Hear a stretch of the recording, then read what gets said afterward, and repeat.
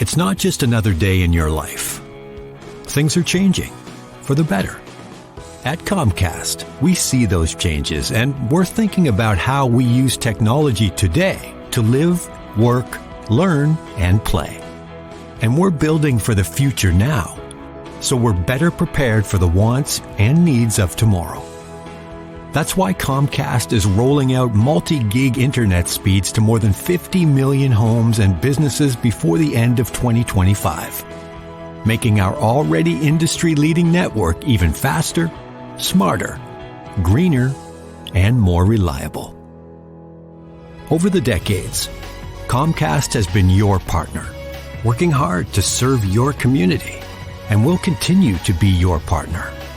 We're expanding our gigabits so you can enjoy the tiny bits that matter most.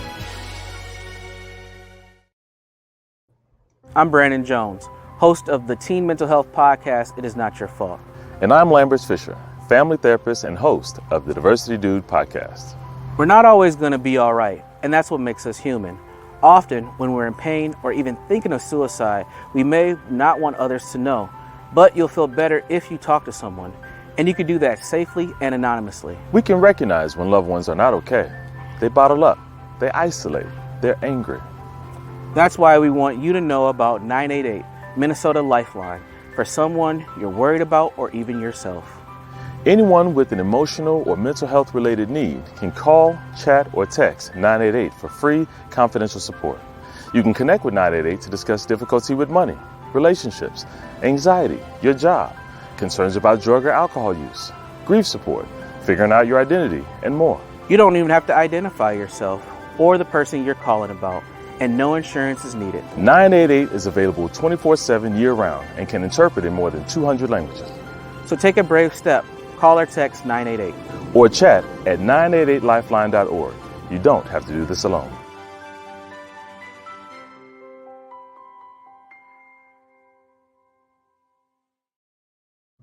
Want your boss to put some real action behind the rhetoric when they talk about making your workplace more inclusive? Find out how to hold their feet to the fire and demand diversity on the Diversity Dude podcast. Hello there, and welcome back to the Diversity Dude podcast. I'm your host, Lambert Fisher, marriage and family therapist, award-winning author, and national speaker on the topic of multicultural awareness and diversity. And for those of you who are interested in even more positive and encouraging tips and strategies beyond what I share in podcasts like this, then feel free to check out my award-winning book, Diversity in Clinical Practice, nationally recognized for the unique way in which it addresses the often difficult topic of multicultural awareness and diversity. Designed for more than just therapists, if you're a helping professional in any way, Diversity in Clinical Practice can help you meet the greatest variety of cultural needs possible for those whom you serve. And it's available in paper and audiobook versions for your convenience. And if you haven't heard it yet, I invite you to visit TED.com and check out my talk titled, What to Do When You Offend Someone, where I offer a positive and practical perspective on how to navigate unintentional offenses in daily life. To date, it's been viewed over 500,000 times. Check it out for yourself, and if you're encouraged by it as well, share with a friend. And whether it be through my one-on-one relationship building efforts as a therapist or my informing and empowering efforts as an author and speaker, know that my personal mission is to do my part to improve the world one strengthened relationship at a time. So, today I want to share with you an encouraging perspective on responding to well-intended cultural blame. So, if you're not here locally in the Twin Cities, you may not have heard of the latest culture-influenced transition of power. In short, the leader of the Hennepin County Medical Center Board of Directors has stepped down after singling out Somali immigrants as a cause of the medical center's budget challenges, seemingly blaming the Somali population for the rise in uncompensated care costs. This naturally drew lots of negative reactions, with many expressing that these comments were hurtful, racist, and even xenophobic. Now, while the details of this particular leader's behavior and motives are still being explored and the ramifications are still being determined, I also acknowledge that this kind of incident isn't limited to this particular person or this particular facility, this particular county, or even this state. You might be a professional in this or any other related field who has heard of a leader near you saying comments like this, or maybe you're a leader who worried yourself that you might be the next reasonably intended person who says a statement that might cause you to be the next professional to be asked to step down as the latest face of racism and what's wrong with leaders these days. With that in mind, I'd like to share with you a few helpful considerations regarding responding to well intended cultural blame. The first consideration is this: what may sound like just facts to you may feel like blame to someone else. What do I mean? Well, in this recent incident, the former board leader expressed that, ironically, she meant it as a point of pride, that they're taking care of their community. That's what she meant, and that's what she had in her heart and her mind. Nonetheless, she apologized for saying it, and that she was truly committed to learning from this experience and gaining greater cultural sensitivity. You see, one of the reasons why she was surprised by the reaction she received is because she thought that she was simply relaying conclusions drawn from facts. Their budget doesn't reflect more excess because they've used it all to meet an increasing need. That's what the facts show. Why are they getting all upset about the facts? She's just trying to be a messenger, right? Well, one of the reasons that this might be the case is that she may have had reasonably intended just the facts type of statements. Despite that, there are a lot of potential facts that could have been conveyed, a lot of contributing factors that could have been highlighted. But the facts chosen were the ones that highlighted a particular group as the reason for the problem. I'm reminded of some of my couples therapy clients who may express frustration with their marital finances, for example, and express that the reason why their family budget woes are the way they are because, well, their spouse has certain spending behaviors, adding that in the end, they would gladly go into debt if that's what it took to support their spouse, whom they loved. You see, it would be reasonable then for that spouse to be feeling not so great, to be singled out, feeling not as special as it may have been intended when the statement was conveyed. Sure, the intentions were positive, but they just blamed their spouse for being the problem, conveying that everything would be better if they weren't there or their spouse would behave differently. Interestingly, in this couple scenario, there might be many other budget items contributing to the spending in the home, but those weren't to blame. Or to put it another way, those weren't the problem, which is what many hear in situations like this medical center's budget statement. For even if you say that you'd be willing to accept this group being a problem to your budget, you're still calling that group a problem. And you know what? If you, as the leader, consider them a problem, even with a smile, then that paves the way for other leaders or others in the community to see them as a problem, as an inconvenience, as the reason why things aren't better, the reason why they can't get the needs that they have because you're meeting this particular inconvenient group's needs. See, your needs being met are fine, but their needs are problematic. What this situation highlights is the need for all leaders to consider everyone's needs to be equally legitimate. When certain needs are considered defaults and others are considered extra, then that extra can then be considered inconvenience or expendable. And the people who have those needs can feel inconvenienced and expendable as well. The second consideration is that an apology is good, but changed behavior is better. In response to this most recent incident, the county commissioner reportedly stated that you can't just apologize for racism. You got to get that out of your system. Until we see work being done, it doesn't hold any weight. Now, this statement may seem harsh and punitive, but at its core, it reflects a common protective caution. That caution is that despite the depth of the impact that it has on others, if you just say you're sorry, you'll just instantly want the all to be forgiven and forgotten, and then we can go back to business as usual. Unfortunately, business as usual is not acceptable after hurt. You see, many people believe that apologies don't matter. I'm here to tell you that apologies do, in fact, matter. However, apologies don't matter if they're offered alone. Instead, apologies matter when they're the first step, followed by additional steps toward meaningful changed behavior. Too often, people offer apologies and then go right back to doing and saying the same things that hurt others, making the apology is meaningless alone. Making what makes apologies meaningful is not the words used in the apology sentence, but instead what makes the apology meaningful is that they can be reliably counted on and make one look forward to seeing a new manner of speaking and behaving that makes things better. Not completely as if you're a whole new person, because there could be a lot of qualities about the behavior that person that don't need to change. But seeing that work is being done to identify what can stay, because if it ain't broke, don't fix it, and what actually needs to change because it's having a negative impact, then it's worth reevaluating and changing in some way. That practice can go a long way toward rebuilding trust. Which leads to the third consideration. Sometimes you can learn while leading. Other times, trust must be earned before you can lead effectively.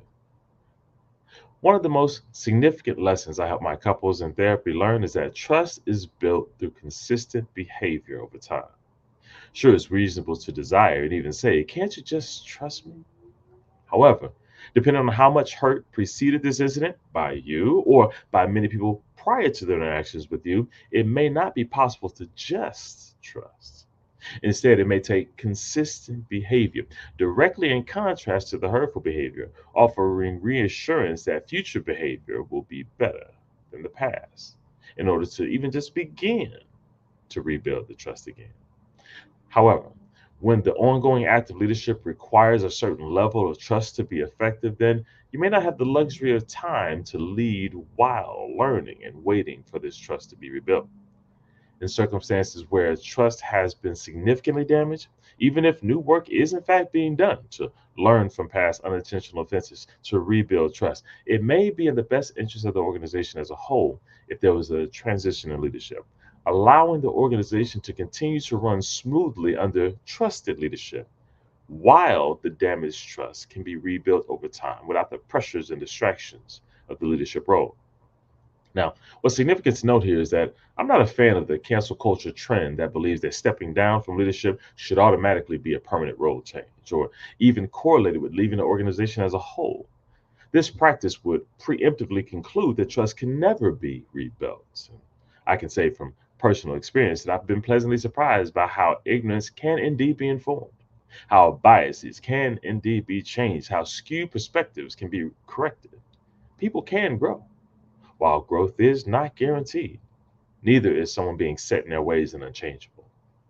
Because of this, while specifics may vary from one professional leadership role to another or from one organization to another, whenever reasonably possible, and whenever warranted through actual trust being rebuilt through consistent behavior over time, the challenge is to allow a way back toward leadership and involvement whenever possible.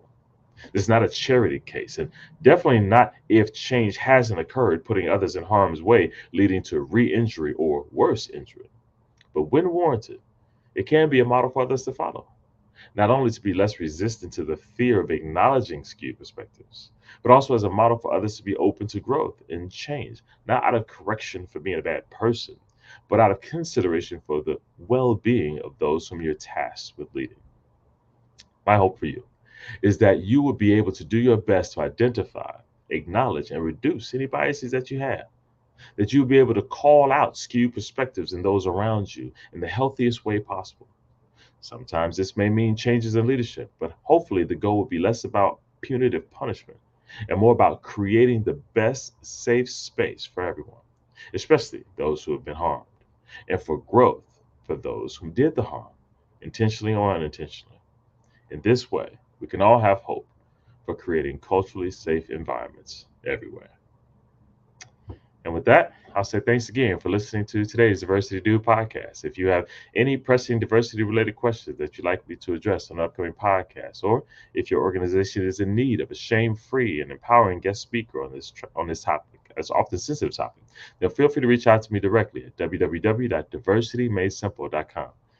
And if you know of anyone else who can benefit from a positive and encouraging perspective on this often difficult and sensitive topic, feel free to send them a link to this podcast so they can be encouraged as well, or share with them my award-winning book, Diversity in Clinical Practice, available at Amazon.com.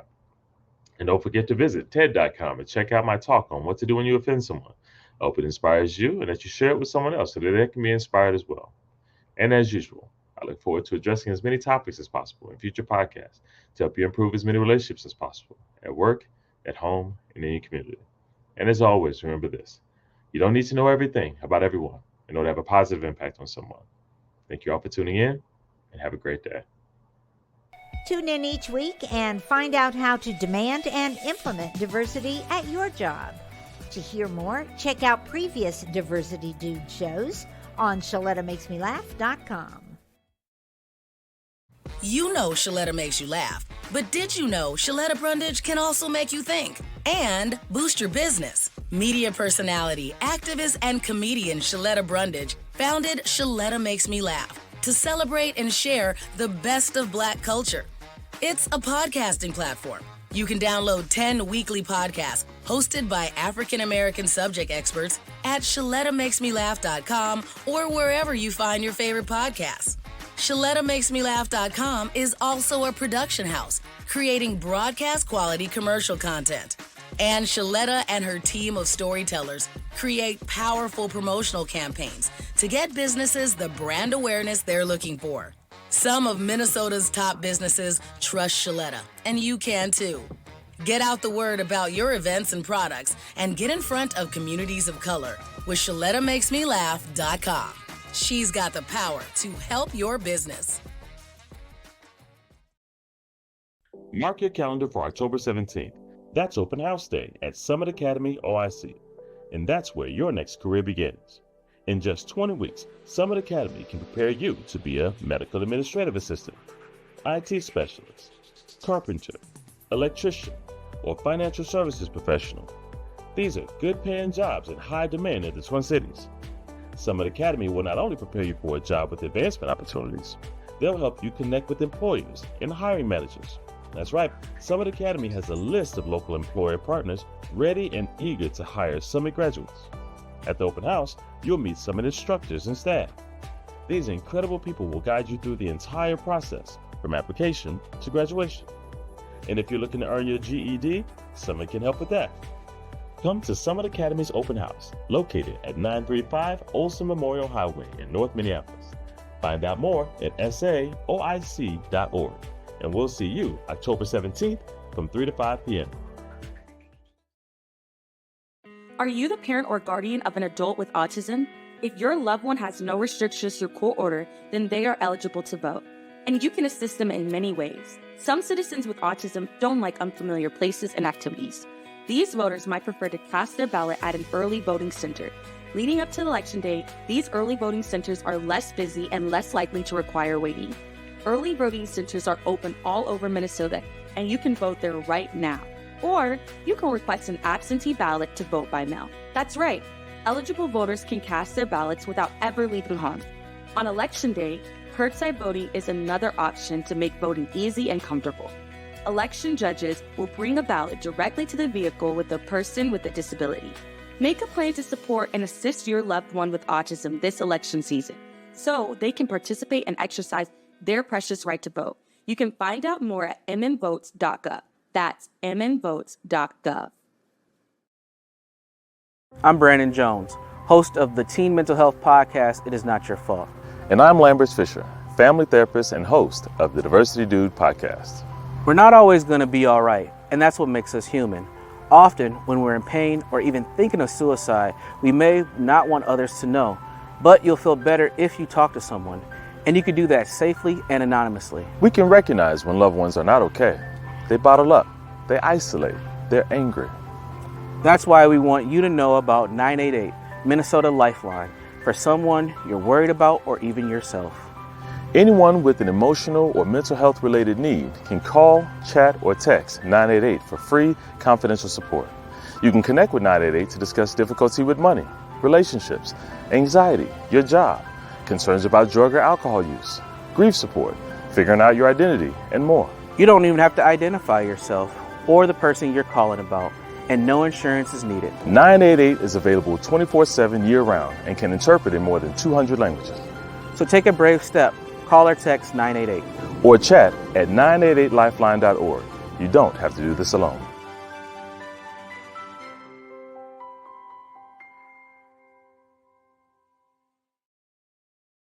If you live in an older home, it may contain lead-based paint on walls, woodwork, and windows. Even more bad news, lead exposure can be dangerous to young children and impact their brain development.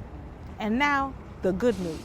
Hennepin County will fix lead hazards in your home at no cost to you. We were worried because of the paint in the windows in the bedroom. They were peeling and chipping, and we know that when paint peels and chips and it looks a certain way, that's possibly lead. We were worried for our children more so than anything. Eligible homes can qualify for up to $15,000 in upgrades. You may even qualify for new energy-efficient windows. Don't worry, Hennepin County has a trusted list of pre-approved contractors. You won't even have to find companies with correct licenses or certifications. I've just done a test and it's positive. So we know that this is lead-based paint, and then we know it's a hazard because it's creating dust every time this window moves and opens. And if you look in here, that's just full of lead paint chips. You won't have to stay with your cousin while you're getting the lead out. Hennepin County even pays for you and your family to stay in a hotel while the work is underway. The last good news is how easy it is to apply. Just go to hennepin.us/lead control to get started. I'm really happy with the program. We can go to bed knowing that our children are safe. That's hennepin.us/lead control. Tell your friends about it.